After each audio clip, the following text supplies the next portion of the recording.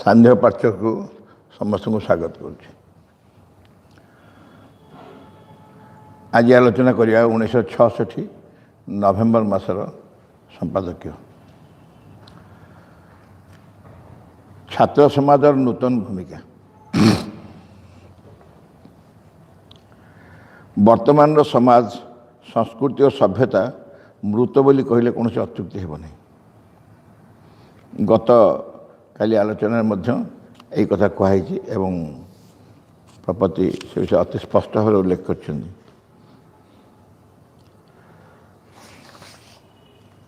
नहीं यहाँ भूल गया गोटे पारा पढ़ाई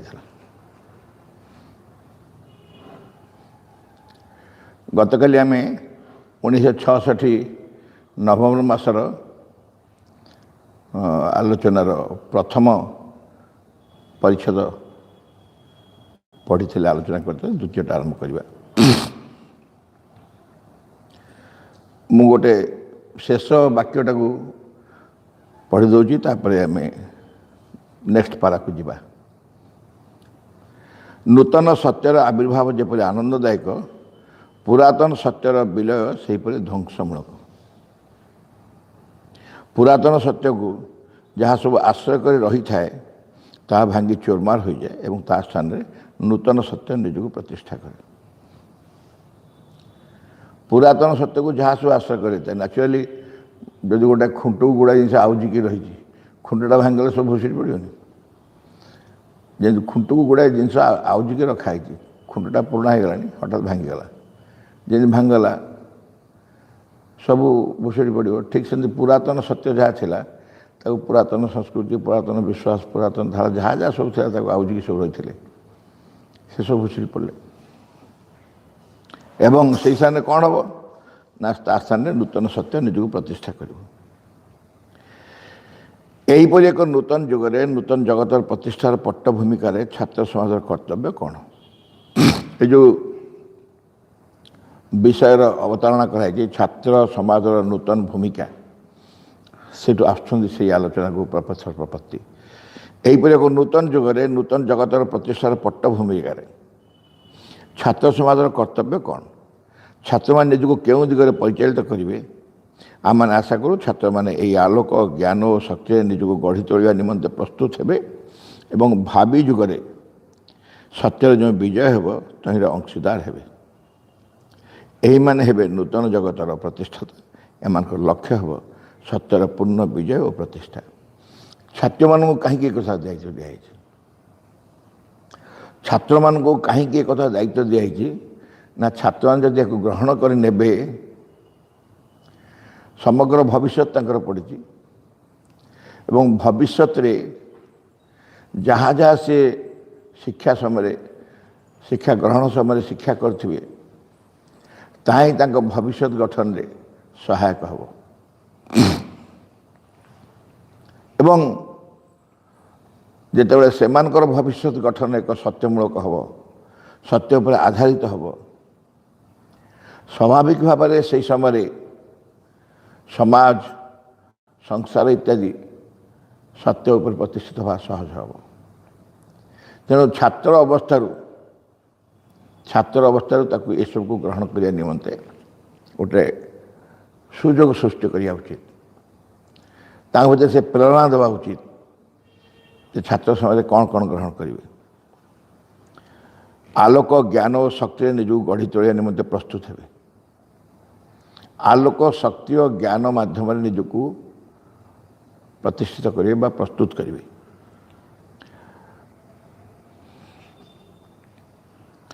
यही जदि छात्र समाज नूतन भूमिका हुए तेज व्यावहारिक जीवन में छात्र मैंने निजक गढ़ी तोड़े किपर यहाँ टे तात्विक लगे तत्वमूलक होगा थियोरिटिकल भाया लगे प्रैक्टिकल अर्थात व्यावहारिक कार्य व्यावहारिक न प्रैक्टिकली से कौन करेंगे ताहले व्यावहारिक जीवन में छात्र मैंने निजक गढ़ी तोड़े किपर। प्रथमतः जो लक्ष्य जो उद्देश्य प्रतिष्ठा निमित्त आम्भे माने कार्य करिबा से संबंध स्पष्ट हेबा ताको उत्तम रूपे जानिबा। महाश्री अरविंद जो आदर्श प्रतिष्ठा करने आसचंती जो ଲକ୍ଷ୍ୟ ଯେଉଁ ଦର୍ଶନ ତାଙ୍କର ସମଗ୍ର ବିଶ୍ୱରେ ପ୍ରତିଷ୍ଠା କରିବା ଉଦ୍ଦେଶ୍ୟରେ ଆସିଛନ୍ତି ତାହା ବାସ୍ତବରେ କ'ଣ, ବାସ୍ତବରେ ଜିନିଷଟି କ'ଣ, ସେ ସମ୍ପର୍କରେ ଟିକେ ବି ଯଦି ଅସ୍ପଷ୍ଟତା ରହିବ ତାହେଲେ ମୁଁ ସେ ଧାରାରେ କାର୍ଯ୍ୟ କରିବି କିପରି? ଯଦି ସେ ସମ୍ପର୍କରେ ମୋର ସ୍ପଷ୍ଟତା ନ ଆସିବ ତେଣୁ ମୋତେ ସ୍ପଷ୍ଟ ହେବାକୁ ପଡ଼ିବ ସତରେ ମା ସୁରେନ୍ଦ୍ର କ'ଣ କହିଛନ୍ତି, ତା ଉତ୍ତମ ରୂପେ ଜାଣିବା। ଦ୍ୱିତୀୟତଃ ଏହି ଉଦ୍ଦେଶ୍ୟ ଓ ଲକ୍ଷ୍ୟ ସାଧନର ସର୍ବପ୍ରଥମ ଦିଗ ହେଲା ତାହାକୁ ନିଜ ଜୀବନରେ ନିଜର ଚରିତ୍ର ଓ ବ୍ୟବହାରରେ ରୂପ ଦେବା, ଏହି ସତ୍ୟ ଜ୍ଞାନ ବେଦରେ ନିଜକୁ ଉତ୍ସର୍ଗ କରିବା। ଜାଣିଗଲୁ ସେ ମହାନ ସତ୍ୟ, ସେ ନୂତନ ସତ୍ୟ ଯେଉଁ ଭବିଷ୍ୟତ ନିମନ୍ତେ ଉନ୍ମୁଖ ହୋଇଛି, ଯେଉଁ ସତ୍ୟ ଆସିଛି ତାକୁ ଜାଣିଗଲୁ। ତାପରେ ଜାଣିଗଲା ପରେ ତାକୁ ନିଜ ଜୀବନରେ ନିଜର ଚରିତ୍ର ଓ ବ୍ୟବହାରରେ ରୂପ ଦେବା। ନିଜ ଜୀବନରେ ନିଜ ଚରିତ୍ର ନିଜ ବ୍ୟବହାରରେ ତାକୁ ରୂପ ଦେବା, ଏହି ସତ୍ୟ ଜ୍ଞାନ ବେଦରେ ନିଜକୁ ଉତ୍ସର୍ଗ କରିବା। ତାହା ଯଦି ସତ୍ୟ, ତାହା ଯଦି ବାସ୍ତବ ଭବିଷ୍ୟତ ନିଶ୍ଚିତ ଘଟିବ ତାହେଲେ ଆଉ ଡେରି କାହିଁକି, ଆଉ ବିଳମ୍ବ କାହିଁକି? ସେଇଥିରେ ନିଜକୁ ସାମିଲ କରିନେବା, ଉତ୍ସର୍ଗ କରିବା ମାନେ ତାହା ହିଁ ଜୀବନର ଧ୍ୟେୟ ହେବ, ତାହା ହିଁ ଜୀବନର ଲକ୍ଷ୍ୟ ହେବ ଏବଂ ସେ ସବୁ ପାଇଁ ନିଜ ଜୀବନକୁ ପୂର୍ଣ୍ଣ ଭାବରେ ଉତ୍ସର୍ଗ କରିଦେବା। ତୃତୀୟତଃ ମାନବ ସମାଜରେ ଏହି ସତ୍ୟର ପ୍ରତିଷ୍ଠା ନିମିତ୍ତ ଏହାକୁ ଯଥାବିଧି ପ୍ରଚାର ଓ ପ୍ରସାର କରିବାକୁ ହେବ। ପ୍ରଥମେ ସେଇଟା କ'ଣ ବୁଝିବା, ତାପରେ ତାକୁ ଗ୍ରହଣ କରିବା, ତାପରେ ତାକୁ ଜନସମାଜରେ ପ୍ରଚାର କରିବା। ଏ ହେଉଛି ତିନିଟି ଧାରା। ଯେଉଁ ବ୍ୟବହାରିକ ଦିଗ ବୋଲି କହିଲେ ଖାଲି ତତ୍ତ୍ୱତଃ ଗ୍ରହଣ କରିନେଲେ ହେବ ନାହିଁ, ତାକୁ ପ୍ରାକ୍ଟିକାଲି ଆଚରଣ କରିବାକୁ ପଡ଼ିବ ଜୀବନରେ। ପ୍ରଥମ କଥା ବୁଝିବା ଜିନିଷଟି କ'ଣ ସ୍ପଷ୍ଟ ଭାବରେ, ଦ୍ୱିତୀୟରେ ନିଜ ଜୀବନରେ ତାକୁ ଗ୍ରହଣ କରିବା, ତୃତୀୟରେ ତାକୁ ଅନ୍ୟମାନଙ୍କ ପାଖରେ ନେଇ ପହଞ୍ଚିବା, ପ୍ରଚାର ପ୍ରସାର କରିବା। ଏହି ତିନୋଟି ହେଉଛି ଉପାୟ, ମାର୍ଗ। ଏହି ଆଦର୍ଶ ଓ ଚିନ୍ତାଧାରାକୁ ଲକ୍ଷ୍ୟ ରୂପେ ରଖି ଶ୍ରୀମାଙ୍କ ଆଶୀର୍ବାଦ କ୍ରମେ ଶ୍ରୀ ଅରବିନ୍ଦ ଛାତ୍ର ସମିତି ଗଠିତ ହୋଇଛି। ଏହି ଆଦର୍ଶ ଓ ଚିନ୍ତାଧାରାକୁ ଲକ୍ଷ୍ୟ ରୂପେ ରଖି ଶ୍ରୀମାଙ୍କ ଆଶୀର୍ବାଦ କ୍ରମେ ଶ୍ରୀ ଅରବିନ୍ଦ ଛାତ୍ର ସମିତି ଗଠିତ ହୋଇଛି। ଏହି ଉଦ୍ଦେଶ୍ୟରେ ଶ୍ରୀମା ଯେଉଁ ବାର୍ତ୍ତା ଦେଇଛନ୍ତି ତାହା ହେଲା, you who are young are the hope of the country. Prepare yourselves to be worthy of this expectation. ଯେଉଁମାନେ ଏହି ଆଦର୍ଶ ଲକ୍ଷ୍ୟ ରୂପେ ରଖିବେ ତାଙ୍କୁ ଶ୍ରୀମାଙ୍କ ଆଶୀର୍ବାଦ କ୍ରମେ ଶ୍ରୀ ଅରବିନ୍ଦ ଛାତ୍ର ସମାଜ ସେମାନଙ୍କ ପାଇଁ ଗଢ଼ା ହେଲା। ଏବଂ ଏହି ଉଦ୍ଦେଶ୍ୟରେ ମା ଗୋଟେ ବାର୍ତ୍ତା ଦେଲେ। ବାର୍ତ୍ତାରେ ଆଉଥରେ ପଢ଼ିଦେବା। You who are young are the hope of the country. Prepare yourselves to be worthy of this expectation. ଅର୍ଥାତ୍ ତୁମେ ତରୁଣମାନେ ହିଁ ଦେଶର ଆଶା ଓ ଭରସା, ଏହି ଆର ଯୋଗ୍ୟ ହେବା ପାଇଁ ନିଜକୁ ପ୍ରସ୍ତୁତ କର। ଛାତ୍ର ଓ ତରୁଣମାନେ ଯେ ଦେଶର ଭବିଷ୍ୟତ ଆଶା ଓ ଆକାଂକ୍ଷାର ସ୍ଥଳ, ଏଥିରେ ସନ୍ଦେହ ନାହିଁ। ଆଉ ଯେଉଁମାନେ ଏହି ଦେଶର ଭାବି ନେତୃତ୍ୱ ଗ୍ରହଣ କରିବେ ସେମାନଙ୍କର ଉପଯୁକ୍ତ ବାହନ ହେବା ଉଚିତ। ଯେଉଁ ସତ୍ୟର ତୁମେ ନେତୃତ୍ୱ ଗ୍ରହଣ କରିବ, ଯେଉଁ ସତ୍ୟ ମାଧ୍ୟମରେ ଦେଶର ଭାବି ନେତୃତ୍ୱ ଗ୍ରହଣ କରିବ, ସତ୍ୟ ମାଧ୍ୟମରେ ପରିଚାଳିତ କରିବା ପାଇଁ, ତେଣୁ ତୁମେ ତାର ବାହନ ହେବା ଉଚିତ। ଅର୍ଥାତ୍ ସତ୍ୟର ତୁମେ ବାହନ ହେବ, ତୁମେ କ୍ୟାରି କରିକି ନେଇଯିବ ତୁମ ଭିତରେ ସତ୍ୟକୁ। ବାହନ କିଏ? ଯିଏ ନିଜ ଉପରେ କାହାକୁ ବହନ କରେ। ଶିବଙ୍କର ବାହନ ବୃଷଭ, କାରଣ ବୃଷଭଙ୍କ ପିଠିରେ ଶିବ ବସନ୍ତି। ଦୁର୍ଗାଙ୍କ ବାହନ ସିଂହ, ସିଂହଙ୍କ ପିଠିରେ ଦୁର୍ଗା ବସନ୍ତି। ସିଂହ ଦୁର୍ଗାଙ୍କୁ ବହନ କରିକି ନିଏ। ସେମିତି ଏଠି କ'ଣ ହେଉଛି? ଏଠି ଛାତ୍ରମାନେ ଯେଉଁମାନେ ଏହି ଦେଶର ଭାବି ନେତୃତ୍ୱ ଗ୍ରହଣ କରିବେ ସେମାନେ ଏହାର ଉପଯୁକ୍ତ ବାହନ ହେବା ଉଚିତ। ଏହି ସତ୍ୟର ସେମାନେ ହେବେ ବାହନ, ଅର୍ଥାତ୍ ନିଜ ଭିତରେ ସତ୍ୟକୁ କ୍ୟାରି କରିବେ। ସତ୍ୟ ତାଙ୍କ ଉପରେ ରହିବାକୁ, ସତ୍ୟକୁ କ୍ୟାରି କରି କରି ନେଇକି ଚାଲିବେ ସବୁବେଳେ ସାଙ୍ଗରେ, ଏବଂ ସେହି ଅନୁଯାୟୀ ନିଜକୁ ପ୍ରସ୍ତୁତ କରିବା ଉଚିତ। ଏ ହେଲା ଛାତ୍ର ସମାଜର ନୂତନ ଭୂମିକା 1967 ଫେବୃଆରୀ ଆମେ 66ର ଏଇଟା ପଡ଼ିଲେ 66ର ନଭେମ୍ବର ତାପରେ 67 ଫେବୃଆରୀ ପ୍ରକାଶଶୀଳ ପୂର୍ଣ୍ଣାଙ୍ଗ ସତ୍ୟ ପ୍ରକାଶଶୀଳ ପୂର୍ଣ୍ଣାଙ୍ଗ ସତ୍ୟ ମାନେ ଯେଉଁ ସତ୍ୟ ପୃଥିବୀ ଉପରେ ପ୍ରକାଶକୁ ଅପେକ୍ଷା କରିଛି ସେ ହେଉଛି ପୂର୍ଣ୍ଣାଙ୍ଗ ସତ୍ୟ ସତ୍ୟ ସବୁବେଳେ ପୂର୍ଣ୍ଣାଙ୍ଗ ନୁହେଁ ଆମେ ଯାହାକୁ ଦେଖୁ ତାକୁ ସତ୍ୟ କହୁ ତାହା ମାତ୍ର ସମ୍ପୂର୍ଣ୍ଣ ସତ୍ୟ ନୁହେଁ ଅନେକ ଜିନିଷ ତା ଭିତରେ ନଥାଏ ସତ୍ୟ ନଥାଏ କିନ୍ତୁ ଆମେ ତ ସତ୍ୟ ବୋଲି କହୁଥାଉ ତେଣୁ ତାହା ସତ୍ୟ ହେଇପାରେ କିନ୍ତୁ ପୂର୍ଣ୍ଣାଙ୍ଗ ନୁହେଁ ପୂର୍ଣ୍ଣାଙ୍ଗ ସତ୍ୟ କିଏ ପୂର୍ଣ୍ଣାଙ୍ଗ ସତ୍ୟ କିଏ ନା ଯିଏ ସବୁ ଦିଗରୁ ସବୁ ମାର୍ଗରୁ ସବୁ ଦିଗରୁ ସବୁ ପ୍ରକାର ଅବସ୍ଥାରେ ମଧ୍ୟ ଯିଏ ସତ୍ୟ ସେ ହେଉଛି ପୂର୍ଣ୍ଣାଙ୍ଗ ସତ୍ୟ ଏବଂ ବର୍ତ୍ତମାନ ସେହି ସତ୍ୟ ପ୍ରକାଶଶୀଳ ଅର୍ଥାତ୍ ପ୍ରକାଶ ହେବା ପାଇଁ ଯାଉଛି ପୂର୍ଣ୍ଣାଙ୍ଗ ସତ୍ୟର ଅଭିବ୍ୟକ୍ତି ଗୋଟିଏ ନିର୍ଦ୍ଦିଷ୍ଟ ପର୍ଯ୍ୟାୟରେ ଆସି ପହଞ୍ଚିଛି ପୂର୍ଣ୍ଣାଙ୍ଗ ସତ୍ୟର ଅଭିବ୍ୟକ୍ତି ପ୍ରକାଶ ପ୍ରତିଷ୍ଠିତ ହେବା ପ୍ରକାଶ ଲାଭ କରିବ ସେ ପୂର୍ଣ୍ଣାଙ୍ଗ ସତ୍ୟର ଅଭିବ୍ୟକ୍ତି ଗୋଟିଏ ନିର୍ଦ୍ଦିଷ୍ଟ ପର୍ଯ୍ୟାୟରେ ଆସି ପହଞ୍ଚିଛି ପାର୍ଥିବ ଜୀବନ କର୍ମ ଓ ସଂସାର ବିଭିନ୍ନ କ୍ଷେତ୍ରରେ ଏହି ସତ୍ୟର ପ୍ରତ୍ୟକ୍ଷ ଅଭିବ୍ୟକ୍ତି ପୂର୍ବରୁ ମନୁଷ୍ୟକୁ ସଚେତନ ଭାବେ ଏହି ସତ୍ୟକୁ ସ୍ୱୀକାର କରିବା ନିମିତ୍ତ ଗୋଟିଏ ନିର୍ଦ୍ଦିଷ୍ଟ ସମୟ ଓ ସୁଯୋଗ ମିଳିଥାଏ ଚମତ୍କାର ଲାଇନ୍ ଆଉ ଥରେ ପଢ଼ିଦେବା ପାର୍ଥିବ ଜୀବନ କର୍ମ ଓ ସଂସାର ବିଭିନ୍ନ କ୍ଷେତ୍ରରେ ଏଇ ଯେଉଁ ପୂର୍ଣ୍ଣାଙ୍ଗ ସତ୍ୟ କଥା କୁହାଯାଉଛି ଇଏ ପାର୍ଥିବ ଜୀବନ ଯେଉଁ ଜୀବନ ଆମେ ବଞ୍ଚୁଛୁ ପାର୍ଥିବ ଜୀବନ କର୍ମ ଓ ସଂସାରର ବିଭିନ୍ନ କ୍ଷେତ୍ରରେ ଏହି ସତ୍ୟର ପ୍ରତ୍ୟକ୍ଷ ଅଭିବ୍ୟକ୍ତି ପୂର୍ବରୁ ଅର୍ଥାତ୍ ପ୍ରତ୍ୟକ୍ଷ ଅଭିବ୍ୟକ୍ତି ହେବ ନିଶ୍ଚୟ ହେବ କିନ୍ତୁ ତା ପୂର୍ବରୁ ମନୁଷ୍ୟକୁ ସଚେତନ ଭାବେ ଏହି ସତ୍ୟକୁ ସ୍ୱୀକାର କରିବା ନିମିତ୍ତ ଗୋଟେ ନିର୍ଦ୍ଦିଷ୍ଟ ସମୟ ଓ ସୁଯୋଗ ମିଳିଥାଏ ତାକୁ ସ୍ୱୀକାର କଲେ ସିନା ସେ ନିଜକୁ ପ୍ରକାଶ କରିବ ଆମ ଭିତରେ ସେ ସ୍ୱୀକୃତି ଦରକାର ଆମେ ତାକୁ ସ୍ୱୀକାର କରିବା ସଚେତନ ଭାବେ ସତ୍ୟକୁ ସ୍ୱୀକାର କରିବା ପାଇଁ ସବୁବେଳେ ସମୟ ଠିକ୍ ଆସେ ନାହିଁ ସବୁବେଳେ ସମୟ ସୁଯୋଗ ନଥାଏ ସେହି ସତ୍ୟକୁ ସ୍ୱୀକାର କରିବା ପାଇଁ ବର୍ତ୍ତମାନ କୁହାହେଉଛି ସେହି ସତ୍ୟକୁ ସ୍ୱୀକାର କରିବା ନିମିତ୍ତ ଗୋଟେ ନିର୍ଦ୍ଦିଷ୍ଟ ସମୟ ଓ ସୁଯୋଗ ମିଳିଥାଏ କହିବା ବାହୁଲ୍ୟ ବର୍ତ୍ତମାନ ହେଉଛି ସେହି ସମୟ ସେହି ସୁଯୋଗ ଏହି ସମୟ ସୁଯୋଗ ନଥିଲା ଯେତେବେଳେ ଆମେ ସତ୍ୟକୁ ସ୍ୱୀକାର କରିବା ସତ୍ୟକୁ ଅସ୍ୱୀକାର କରିବା ପାଇଁ ସବୁବେଳେ ଅତୀତରେ ଥିଲା କିନ୍ତୁ ସତ୍ୟକୁ ସ୍ୱୀକାର କରିବା ପାଇଁ ବର୍ତ୍ତମାନ ସମୟ ଆସିଛି ଏହିପରି ଏକ ସୁଯୋଗ ସମୟ ବର୍ତ୍ତମାନ ଆସି ଉପସ୍ଥିତ ହୋଇଛି ଏଥିପାଇଁ ଶ୍ରୀ ଅରବିନ୍ଦ ଏହି ସମୟକୁ ଦେବ ମୁହୂର୍ତ୍ତ ବୋଲି ଆଖ୍ୟା ଦେଇଛନ୍ତି ଏହି ସମୟଟି ଦେବ ମୁହୂର୍ତ୍ତ ଆମେ ପଢ଼ୁଛୁ ଶ୍ରୀ ଅରବିନ୍ଦଙ୍କର ସେହି ଅତ୍ୟନ୍ତ ବିଖ୍ୟାତ ଲେଖା ଦି ଆୱାର ଅଫ୍ ଗଡ୍ ଦେବ ମୁହୂର୍ତ୍ତ ସେ କହିଛନ୍ତି ଏହି ସମୟ ସବୁବେଳେ ଆସେ ନାହିଁ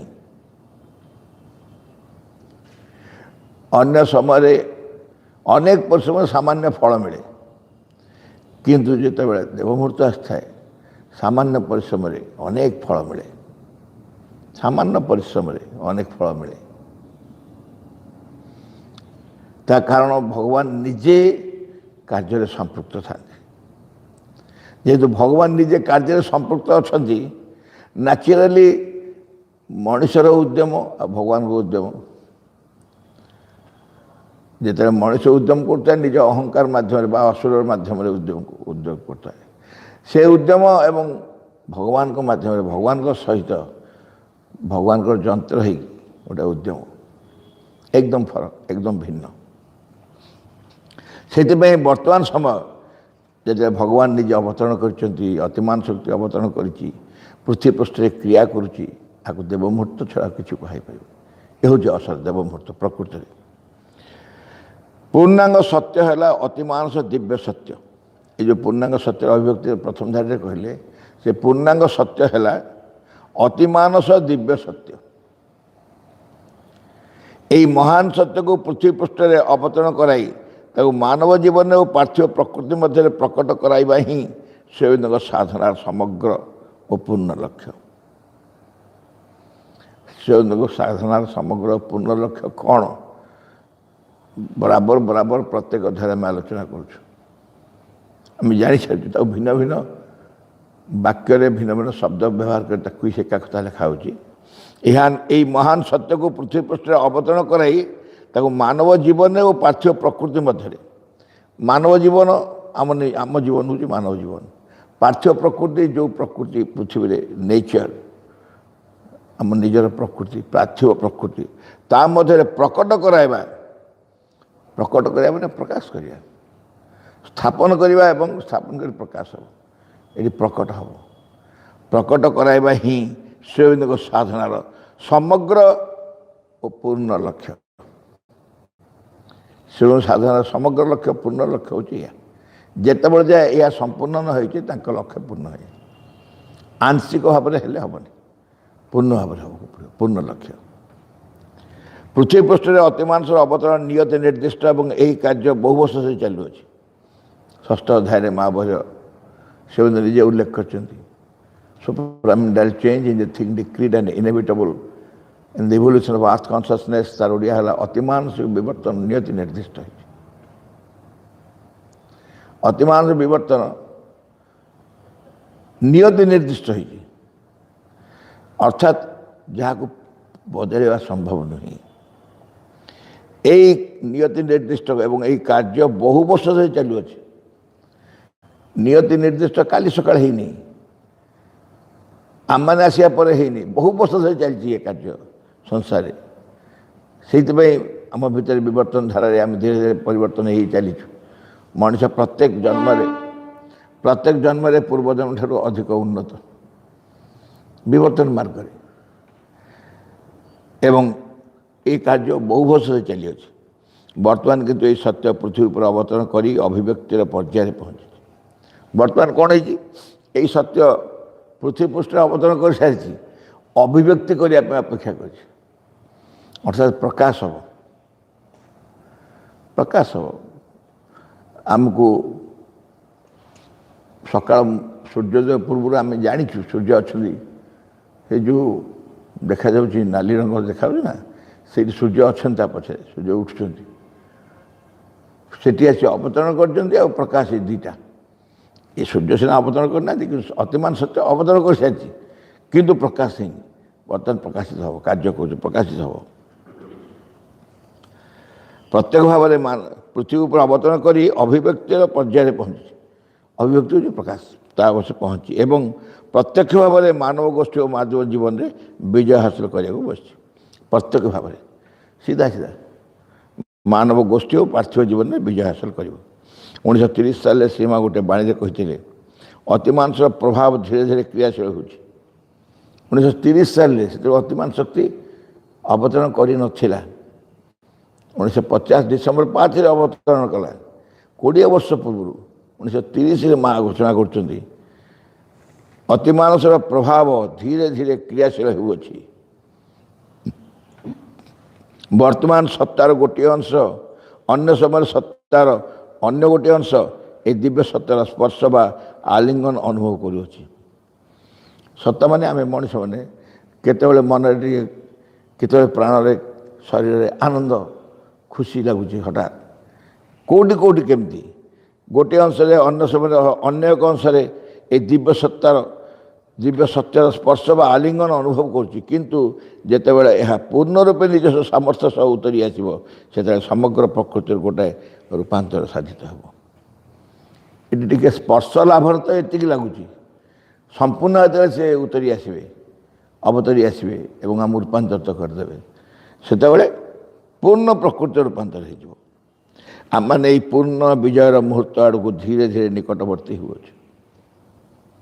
ପୂର୍ଣ୍ଣ ବିଜୟ, ପୂର୍ବତନ ସତ୍ୟ, ପୁରାତନ ଧାରା ଯାହା, ତାହା ଉପରେ ପ୍ରକୃତିର ପୂର୍ଣ୍ଣ ବିଜୟ, ଭବିଷ୍ୟତର ସତ୍ୟର ବା ପୂର୍ଣ୍ଣାଙ୍ଗ ସତ୍ୟର ପୂର୍ଣ୍ଣ ବିଜୟ।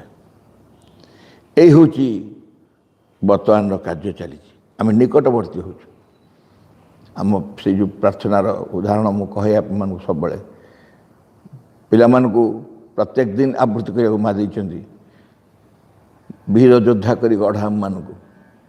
तारि भितर झाटी अच्छे अतीत आहुरी बंच रहा चाहे ता विरुद्ध आसन भवितव्य महायुद्ध आम जपरी सफलता हासिल कर आमर से युद्ध चली अतीत विरुद्ध लड़ई चलती आम धीरे धीरे विजय लाभ करने से आड़ को अग्रगति कर चलु तार निकटवर्ती होगा चलु थरे पार्थिव वातावरण में अनुकूल परिस्थिति आसीगले पूर्ण अवतरण संभव हो थरे पार्थिव वातावरण में अनुकूल परिस्थिति आसीगले जहाँ तांको पाई अनुकूल जहाँ तांको पाई अनुकूल भविष्य जो दिव्य सत्य बा पूर्णांग सत्य जी तांको पाई जहाँ अनुकूल से परिस्थिति आसी जाए ताले पूर्ण अवतरण संभव हो एवं ताहा संगे संगे अन्य सबकि घटिज आउ जहाँ जहाँ बाकी सब घटिज यार उपस्थिति अभ्रांत हो यह कौन प्रकार प्रतिरोध को स्वीकार करिवो नहीं संदेह बाधा विपत्ति आउ कष्ट देव नहीं आगे संदेह कले विभिन्न प्रकार बाधार सम्मुखीन होते संदेह जदि करूँ भगवान को कार्य को संदेह करूँ भगवान उपर संदेह करूँ न्याचुराली आम भीतरटा दुर्बल रोला अनेक बाधा आमको सम्मुखीन होगा पड़ता कारण ये संदेह ही बड़ मारात्मक तेणु सी आउ रही यार उपस्थिति अभ्रांत कौन प्रकार प्रतिरोध स्वीकार करिवो नहीं संदेह बाधा विपत्ति आउ कष्ट देव नहीं एसबू कष्ट दे पारे आमको कारण भगवान स्वयं प्रत्यक्ष भाव में प्रकाशित हेबे समग्र पूर्णतार निरावरण रूपे देखादेवे आवरणहीन निरावरण माने कौन से आवरण रही भगवान संपूर्ण जमती आम परस्पर को देखुचु आम घोड़े बुलूनु आम समस्ते जमी स्वाभाविक भाव में परस्पर परस्पर को देखिपुर चिन्ह पार्चु बुझीपुर भगवान सेमती आमरी भीतर विचरण कला लगे संपूर्ण भाव निरावरण रूपे देखादेवे मुझे कहूना जे समग्र जगत यही उपस्थित संगे संगे अनुभव कर कि रूपांतर हो तो मुझे निश्चय कर कहूँ पृथ्वी किसी व्यक्ति यही अवतरण अंशग्रहण करेंगे प्रपत्ति कहते जे यही सब कार्य है बेले सांगे सांगे समस्त परिवर्तन हो ता नुह समस्त हठात परिवर्तन हे ना कि किसी व्यक्ति निश्चय हे किसी व्यक्ति निश्चय यह समग्र जगत यही उपस्थित संगे संगे अनुभव कर रूपांतर हो मुझे कथा कहूना तेज मुझे निश्चय कर कहूँ पृथ्वी किसी व्यक्ति यही अवतरण अंशग्रहण करेंगे धरा जो आम क्षुद्र जगत व आश्रम यार उपस्थिति निश्चय अनुभव कर यही से रूपांतरकारी भागवती कृपा अति फलप्रद भाव समग्र जगत में विकीर्ण हो सौभाग्यवशतः साधक मान निमित्त से सफल भविष्य निश्चय ही रूप ग्रहण कर सक्सेसफुल फ्यूचर और सफल भविष्य जो भविष्य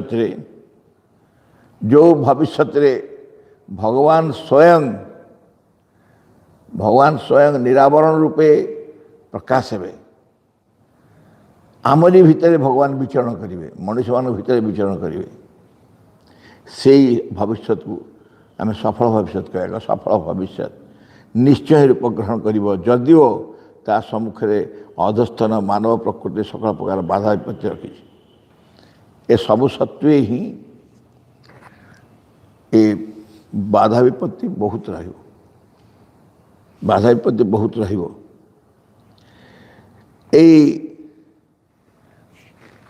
मेसेज टी 1930 साल माँ देते मझे मझे मुकुट कहीदे प्रपत्ति कहते वास्तविक जो जगह आरंभ कर 1930 साल श्री माँ गोटे बाणी कही से बाणी एपर्यंत चली मातृवाणी तृतीय खंड 105 पृष्ठा सफल भविष्य निश्चय रूप ग्रहण कर जदिओ ता सम्मुखें अधस्तन मानव प्रकृति सकल प्रकार बाधा विपत्ति रखी एंटायर टे दीर्घ बाणी ये बाणी को माँ ही देते एटा निश्चित कहुँ निश्चय हम वर्तमान मानव सभा सम्मुखें से सफल भविष्य से उपस्थित होती वर्तमान मानव समाज सम्मुखें से सफल भविष्य आसी उपस्थित होती धरापृष्ठ अतिमान सत्यर अभिव्यक्ति व अवतरण घटिला 1956 साल में 1956 साल अप्रैल 24 तारीख बाणी माँ अति स्पष्ट भाव घोषणा कले जे अतिमानस आउ गोटे संभावना नुहे यह एक जीवंत सत्य आज यह कार्यकारी होची दिन आसो जो समग्र संसार में कार्यकारी हेब एवं अति अंध अति मूर्ख और अति मूढ़ या स्वीकार करने को बाध्य हेबे।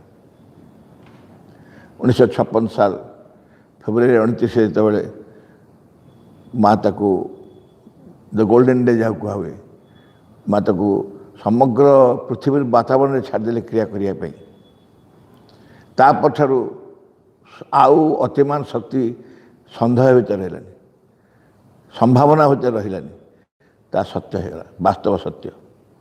यही नूतन सत्यर अभिव्यक्ति फल नूतन जगत जन्मलाभ कला तथापि यह मनुष्य को प्रकाश व प्रत्यक्ष प्रभावित कर पारिनी। माँ कहले a new world is born a new world is born एक नूतन जगत प्रकाशित है। The things that were promised are fulfilled बोली कहले तुम प्रतिश्रुति होता तो नूतन जगत में एटा पूर्ण कर दिया गला। किंतु यही सत्य मनुष्य को यह प्रकाश व प्रत्यक्ष प्रभावित कर पारि नहीं। किंतु यही सत्य धीर अथच सुदृढ़ भाव निज को प्रतिष्ठा कर लगी। मनुष्य को प्रभावित कर पारे ठीक कारण मनुष्य तो बहुत भिन्न भिन्न प्रभाव में प्रभावित हो रही ता भितर अतीतर अनेक प्रभावर समाहार ता ऊपर प्रभावित तेणु से प्रभावित एते हो पारि नहीं। किंतु यही सत्य धीर अथच सुदृढ़ भाव निज को प्रतिष्ठा कर लगी। थरे प्रतिष्ठित हो गला पर आउ कि चिंता नहीं संपूर्ण भाव धीरे धीरे धीरे धीरे एवं सुदृढ़ भाव अर्थात प्रतिष्ठित हो गला पर रहीगला चिरदिन रहीगला। आज किंतु यही पूर्णांग दिव्य अतिमानुष क्रिया द्रुततर होई पार्थिक जीवन में बर्तमान यह जो पर्यायर कार्य कर आरंभ कर पूर्णांग सिद्धि। यही पूर्णांग दिव्य अतिमानुष क्रिया द्रुततर हो कारण अवतरण कर क्रिया कर छाड़ दिला दिव्य शक्ति दिव्य शक्ति एक अंश ना आ सी कौन मनीषर प्रकृति भाई कौट जाए रेस्ट नब सी आसी समग्र मानव समाज परिवर्तन करने जो मानव समाज प्रतिभा करते केमती कर धीरे धीरे धीरे धीरे कर आस्ते आस्ते धीरे आरंभ हो किंतु व्यापक हमारे लगी आहरी तीव्र हमारे लगी द्रुततर लगी। पूर्णांग दिव्य अतिमानुष क्रिया द्रुततर हो पार्थिव जीवन में बर्तमान यह जो पर्यायर कार्यक्रम आरंभ कर पूर्णांग सिद्धि प्रतिष्ठा बा प्रत्यक्ष विजय स्तर। ये पूर्णांग सिद्धि जो कहुच्छी से पर्यायर कार्य आरंभ कर पार्थिव जीवन में बर्तमान यह जो पर्यायर कार्यक्रम आरंभ कर पूर्णांग सिद्धि प्रतिष्ठा बा प्रत्यक्ष विजय स्तर। यही स्तर में प्रतिष्ठित हो 1958 साल सीमा घोषणा करते this new realization is proceeding with what one might call a lightning speed. For if we consider time in the ordinary way, only 2 years have passed, a little more than 2 years, from the time the supramental substance penetrated into the Earth's atmosphere to the time the change in the quality of the Earth's atmosphere took place. If things go on advancing at this speed, it seems more than possible, almost evident, that what Sri Aurobindo wrote in the letter is a prophetic announcement. The supramental consciousness will enter a phase of realizing power in 1967. Ramakar volume 9 रु आसी 315 पृष्ठा। अर्थात कहू गले ए नूतन सिद्धि वैद्युतिक प्रखर गति तार कार्य कर चली सबू आम भीतर परिवर्तन देखी पार्नु बाहर परिवर्तन निश्चय वैद्युतिक गति तीव्र गति परिवर्तन हो चली कारण जदि आम मैंने साधारण अर्थ समय को धरू तो मात्र 2 वर्ष बा 2 वर्ष किसी अधिक समय व्यतीत होती अतिमानुष दिव्यतारू दिव्य तत्व यही पार्थिव परिवेश मध्य प्रवेश करवा बर्तमान पार्थिव वातावरण मध्य जो सब परिवर्तन देखा जाए उभय घटना मध्य 2 वर्ष सामान्य किसी अधिक ये पास समय दृष्टि यदि विचार करा जाए जदि यही परिवर्तन यहीपरि गति अग्रसर हुए या निश्चय संभव जे आउ यह एकेबारे सुस्पष्ट जे जहाँ श्री अरविंद गोटे पत्र लिखिते ताहा ही हेब एक दिव्य घोषणा अतिमानस चेतना 1967 साल निजक संसिद्ध बा प्रतिष्ठा करिबारे सामर्थ्यर पर्याय उपस्थित है यहाँ श्री अरविंद घोषणा करते हम यही कार्य भाई चले 1976 साल अतिमानस चेतना सॉरी 1967 साल 1967 साल निजक संसिद्ध बा प्रतिष्ठा करने सामर्थ्य पर्याय उपस्थित है अन्य कथा कह गले 1967 साल पृथ्वी पृष्ठ अतिमान दिव्य सत्यर प्रवर्तन हम आउ गोटे भाषा आउ गोटे भाव कह बुझे दि जाए 1967 साल पृथ्वी पृष्ठ अतिमानस दिव्य सत्यर प्रवर्तन हेब एवं मानव समाज जुग जुग धरी जो पूर्णांग सत्यर अभिव्यक्ति एवं प्रकाश निमित्त अपेक्षा करुच्ची से सफल भविष्य प्रत्यक्ष रूप ग्रहण कर 67 मसीहा यही घोषणा कराई अतिमानस दिव्य सत्यर प्रवर्तन हेब एवं मानव समाज जुग जुग धरी जो पूर्णांग सत्यर अभिव्यक्ति एवं प्रकाश निमित्त अपेक्षा करुच्ची से सफल भविष्य प्रत्यक्ष रूप ग्रहण कर ही यथार्थ धर्मचक्र प्रवर्तन बोली कहुपे अतएव यह गोटे सृष्टि बा गोटे धर्मर अवसान काल एवं अन्य गोटे नूतन सृष्टि बा अन्य गोटे नूतन धर्मर प्रवर्तन काल गोटे धर्मर अवसान बा धर्मचक्र कहीं कहुची ना गोटे चली जाऊँगी आ गोटे आसी स्थान ग्रहण करुच्ची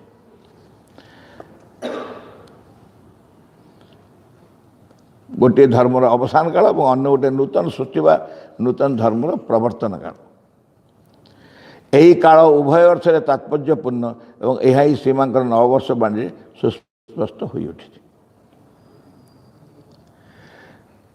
मन सत्यर विजय काल एवं असत्यर पराभव बा विलय काल से सीमा कहते मनुष्य देश महादेश सकल बाछनीय अन्य पंथा नहीं सत्य अथवा रसातल ये हूँ न्यू इयर मेसेज ये हूँ माँ कहले नववर्ष बाणी माँ जो नववर्ष बाणी से सुस्पष्ट हो मनुष्य देश महादेश सकल main countries and continents choice is imperative truth और एबिस अन्य पंथा नहीं बाछनीय अन्य पंथा नहीं सत्य अथवा रसातल यही घोर अंधकार विक्षोभ विशृंखला और विपर्य मध्य पूर्णांग सत्यर अभिव्यक्ति को प्रत्यक्ष कर सुजोग आम लाभ करने निमित्त योग्य हो उठू यही आम आशा और प्रार्थना आमे से प्रस्तुत हवा आमे योग्य हवा जितेबले सत्य को स्वीकार कर समय आसी सत्य अथवा रसातल कले आम रसातल स्वीकार करें आमे सत्य ही स्वीकार करवा से प्रस्तुत हाँपे समय गाइबा मनुष्य देश सकल ये संपर्क जो एक्शन संगठन था तार घोषाटा खाली मन पकई दूची हे मनुष्य माने हे देश सकल आउ महादेश सकल आज समय आसीची बाछिबाकू हेब सत्य अथवा रसातल हे मनुष्य माने हे देश सकल आउ महादेश सकल आज समय आसीची बाछिबाकू हेब सत्य अथवा रसातल आज समय आसीची बाछिबाकू हेब सत्य अथवा रसातल भगवत सेवकर प्रार्थना विघ्न विनाशन हे भगवान जय हेतु आम मान अंतरे किसी जपरी तुम कार्य विघ्न न घटाए किसी जपरी तुम आविर्भाव विलंब न घटाए सकल विषय सकल मुहूर्त पूर्ण हो तुम इच्छा तुम सम्मुखें छिड़ा आम मैंने तुम इच्छा ही आम मान मध्य आम मान सत्तार प्रत्येक अंगरे प्रत्येक कर्म उच्चतम चूड़ार तुच्छतम प्रत्येक कोष पूर्ण हो तुम ठारे आम मानकर निष्ठा हुई जपरी सर्वांगीन चिरंतन आम मैंने अन्य सबकि परिहार कर चाहूँ संपूर्ण रूपे तुम प्रभाव अधीन रही आम मैंने केवे जपरी न भूलु तुम निकटरे गभीर भाव में निबिड़ भाव में कृतज्ञ हो रही प्रति मुहूर्त में तुम्हें आम को जो अपरूप संपद सब दान कर से सबूर किसी जपरी आम मैंने अपचय न करूँ आमर प्रत्येक अंग जपरी तुम कार्य सहचर हुए से सब जपरी प्रस्तुत हो उठती तुम सिद्धि परम सिद्धिकर्ता हे भगवान जय हो तुम्हारा विजय दियो आम ज्वलंत सक्रिय चरम English In the name of the mother, for the sake of the mother, by the power of the mother, with the strength of the mother, to all adverse, harmful, being of force, I order to quit this place at once and forever.